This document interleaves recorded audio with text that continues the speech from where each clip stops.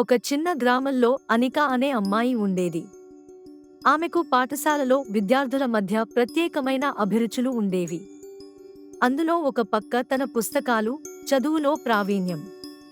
కాని అనిక ఒక్క నిమిషం సైలెంట్గా ఉండలేకపోయేది. ఒకరోజు ఆమె పుస్తకాల మధ్య ఒక పాత పుస్తకం కనిపించింది. అందులో మోటేషన్ అనే కథ ఉన్నది. ఆమె కళ్లలో ఆ కథ పండిందా అనిపించింది. కథలో ఒక చిన్న పక్షి తన అందమైన జ్ఞాపకాలతో జీవిస్తోంది. కాని ఒకరోజు దానికి అడ్డంకులు వస్తాయి. పక్షి భయం లేకుండా మోటేషన్ అనేది జీవితం. అప్పటి నుండి అనిక కూడా తన అడ్డంకులను అధిగమించడానికి మోటేషన్ గురించి ఆలోచించసాగింది.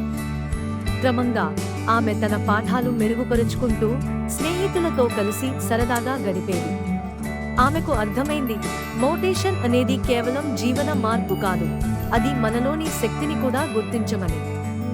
ఆమె ఇప్పుడు సమాజంలో ఒక స్ఫూర్తిగా నిలబడింది, తన మార్గంలో ముందుకు సాగడానికి మరింత ధైర్యం కలిగి.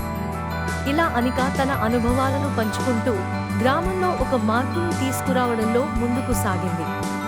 మోసం, జీవితం మార్పులు తీసుకువస్తుంది, కానీ మనం ధైర్యంగా ఎదుర్కొంటే ప్రతి అడ్డంకిని అధిగమించగలం.